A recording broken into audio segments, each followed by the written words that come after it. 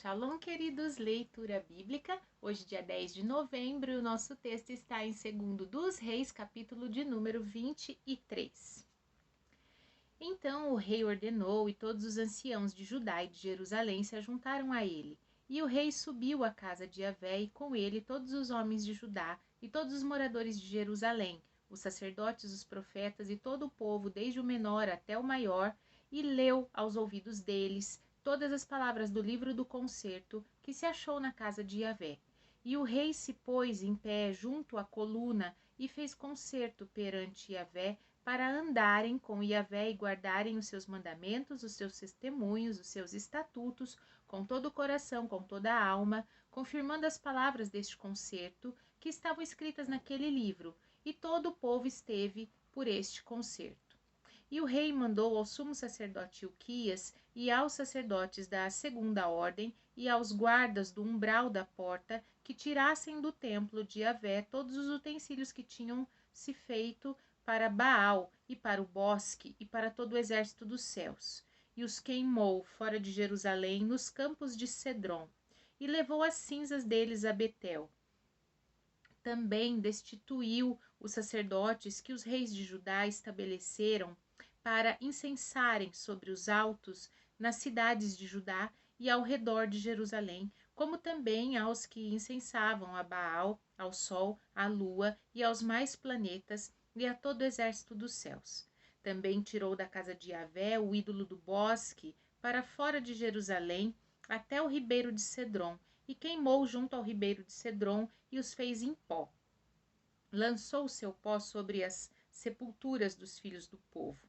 Também derribou as casas dos prostitutos culturais que estavam na casa de Javé, em que mulheres teciam casinhas para o ídolo do bosque.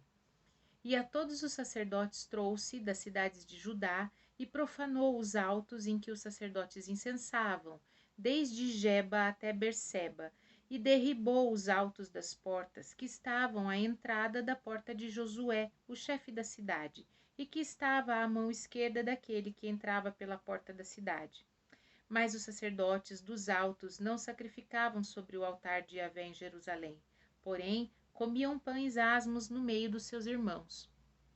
Também profanou a Tofete, que está no vale dos filhos de Inom, para que ninguém fizesse passar a seu filho ou sua filha pelo fogo a Moloque.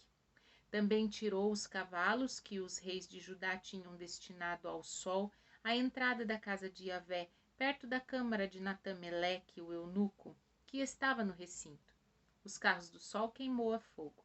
Também o rei derribou os altares que estavam sobre o terraço do cenáculo de Acás, os quais fizeram os reis de Judá, como também derribou os altares que fizera Manassés nos 2 átrios da casa de Javé, e esmigalhados os tirou dali e lançou o pó deles no ribeiro de Cedron.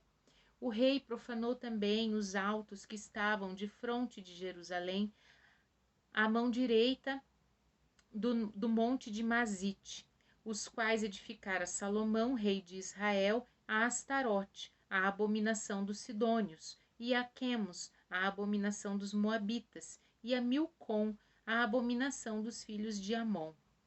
Semelhantemente, quebrou as estátuas, cortou os bosques e encheu o seu lugar com os ossos de homens. E também o altar que estava em Betel e o alto que fez Jeroboão, filho de Nebate, que tinha feito pecar a Israel, juntamente com o altar. Também o alto derribou, queimando o alto em pó o desfez e queimou o ídolo do bosque. E virando-se Josias, viu as sepulturas que estavam ali no monte e enviou e tomou os ossos das sepulturas e os queimou sobre aquele altar e assim o profanou, conforme a palavra de Javé que apregoara o homem de Deus, quando apregoou estas palavras. Então disse: Que é este monumento que vejo? Os homens da cidade lhe disseram: É a sepultura do homem de Deus que veio de Judá e apregoou estas coisas que fizeste contra este altar de Betel. E disse: Deixai-o estar, ninguém mexa nos seus ossos. Assim deixaram estar os seus ossos com os ossos do profeta que viera de Samaria. Demais disso, também Josias tirou todas as casas dos altos que havia nas cidades de Samaria, e que os reis de Israel tinham feito para provocarem o Senhor a ira. E lhes fez conforme todos os atos que tinha praticado em Betel.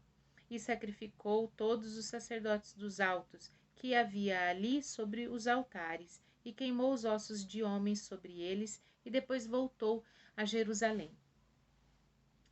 E o rei deu ordem a todo o povo, dizendo: celebrai a Páscoa e Yahvé vosso Deus, como está escrito no livro do concerto, porque nunca se celebrou tal Páscoa como esta desde os dias dos juízes que julgaram a Israel, nem todos os dias dos reis de Israel, nem tampouco dos reis de Judá.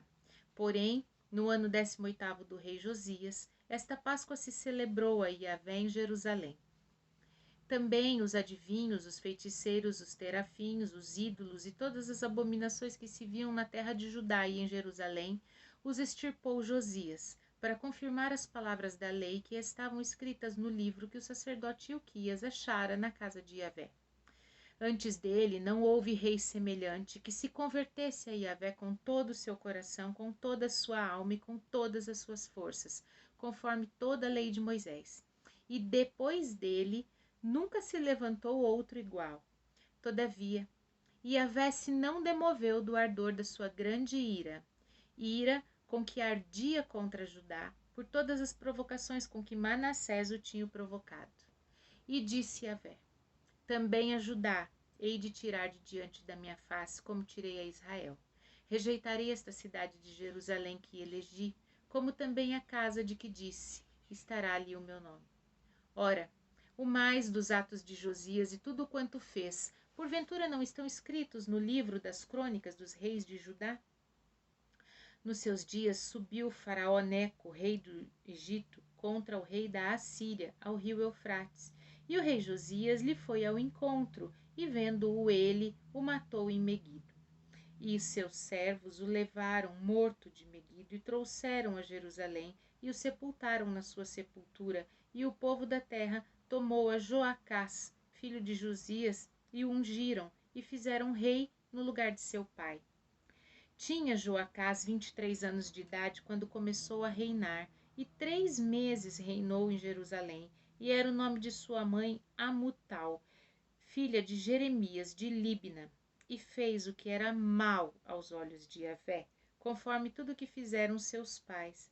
Porém Faraó Neco mandou prender em Ribla, em terra de Ramate, para que não reinasse em Jerusalém. E à terra impôs a pena de 100 talentos de prata e 1 talento de ouro. Também Faraó Neco estabeleceu rei a Eliaquim, filho de Josias, em lugar de Josias, seu pai, e lhe mudou o nome em Jeoaquim. Porém, a Joacás tomou consigo e veio ao Egito e morreu ali. Jeoaquim deu aquela prata e aquele ouro a Faraó, porém fintou a terra para dar esse dinheiro conforme o mandado de Faraó. A cada um, segundo a sua avaliação, demandou a prata e o ouro do povo da terra para dar a Faraó Neco. Tinha Jeoaquim 25 anos de idade quando começou a reinar, e reinou 11 anos em Jerusalém.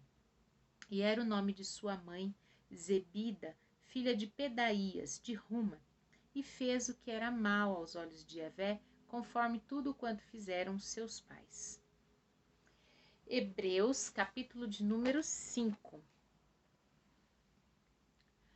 Porque todo sumo sacerdote, tomado dentre os homens, é constituído a favor dos homens nas coisas concernentes a Deus, para que ofereça dons e sacrifícios pelos pecados, e possa compadecer-se eternamente dos ignorantes e errados, pois também ele mesmo está rodeado de fraqueza.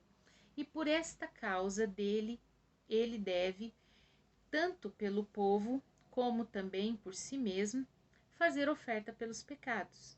Ninguém toma para si essa honra, senão o que é chamado por Deus, como Arão.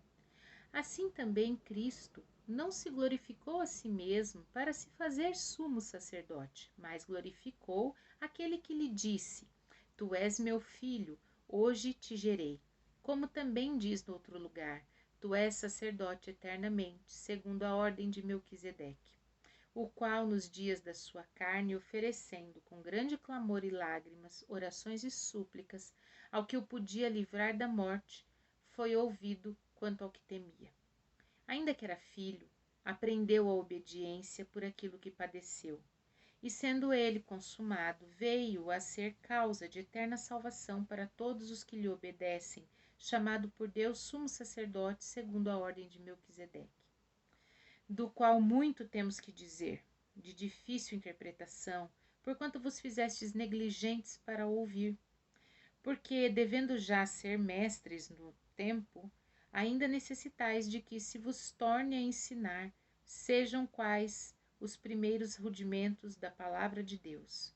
E vos haveis feito tais que necessitais de leite e não de sólido mantimento. Porque qualquer que ainda se alimenta de leite não está experimentado na palavra da justiça, porque é menino.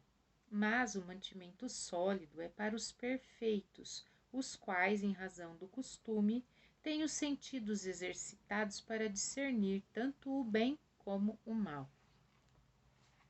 Joel, capítulo de número 2.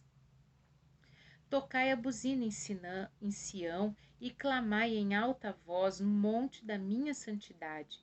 Perturbem-se todos os moradores da terra, porque o dia de Yahvé vem, ele está perto. Dia de trevas e de tristeza, dia de nuvens e de trevas espessas, como a alva espalhada sobre os montes, povo grande e poderoso, qual desde o tempo antigo nunca houve e nem depois dele haverá pelos anos adiante, de geração em geração.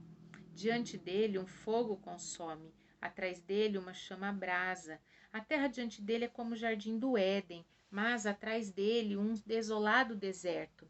Sim, nada lhe escapará. O seu parecer é como o parecer de cavalos, e correrão como cavaleiros, como o estrondo de carros sobre os cumes dos montes. Irão eles saltando, como o ruído da chama de fogo que consome a pragana, como um povo poderoso, ordenado para o combate.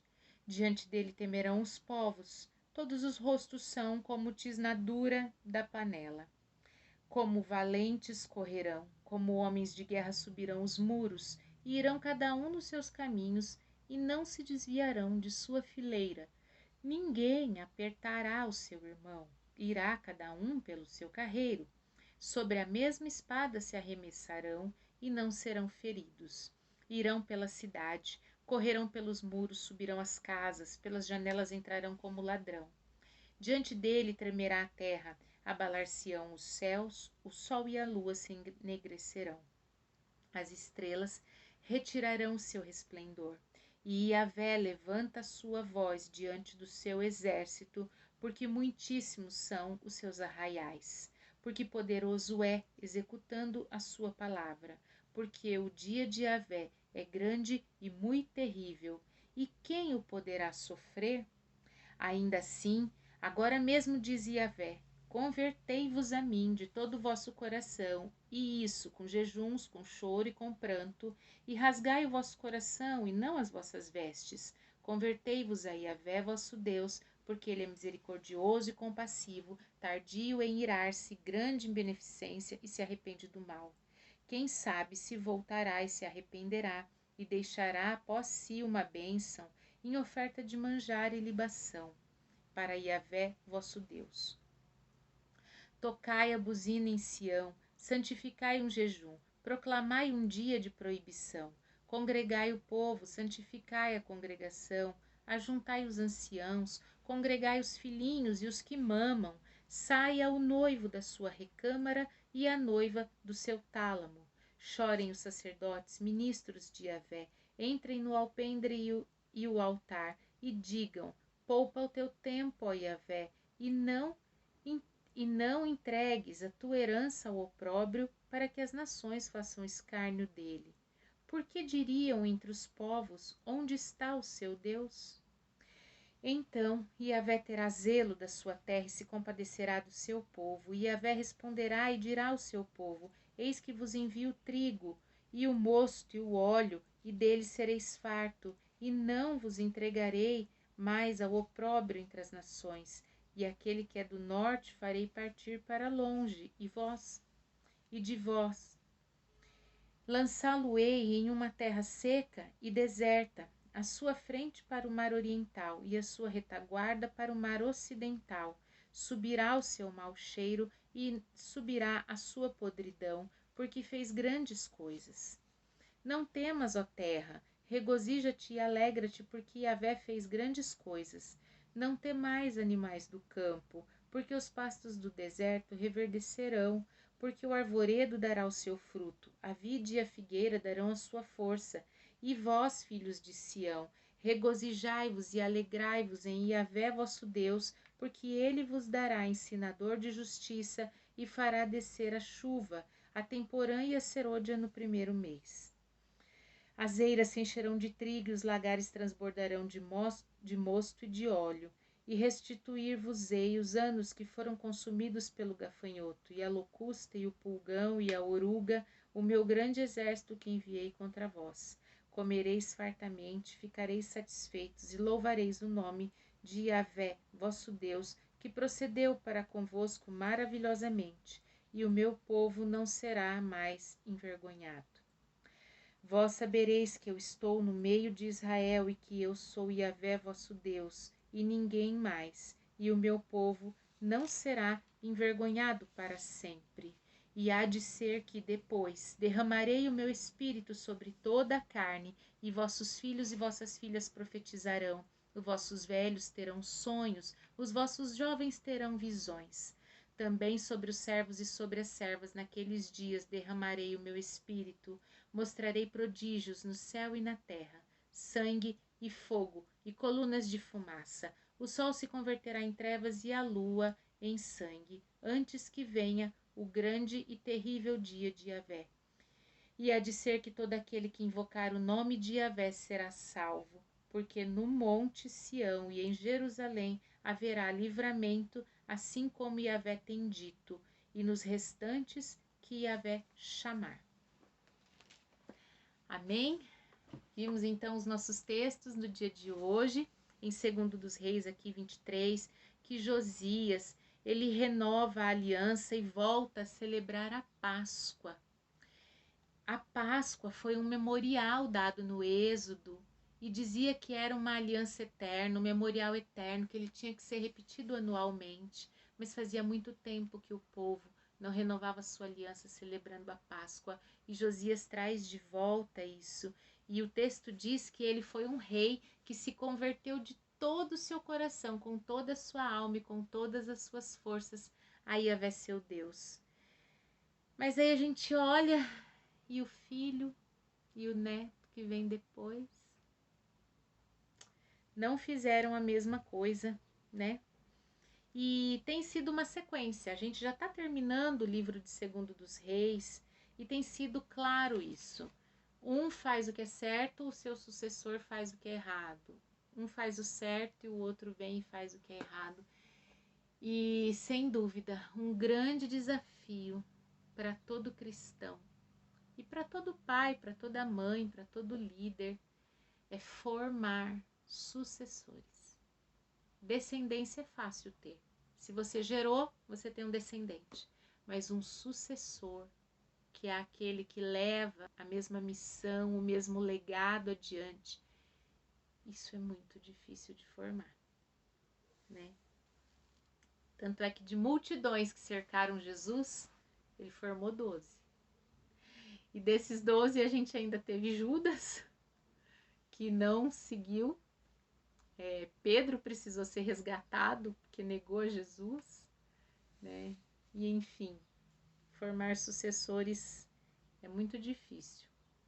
O que é que nós temos feito para que a próxima geração sejam de imitadores de Cristo? Em Hebreus 5, aqui o texto diz que Jesus aprendeu obediência, e eu acho isso maravilhoso. Jesus sendo filho do Altíssimo, aquele que habitava nos céus e na glória, deixou tudo isso para vir aqui.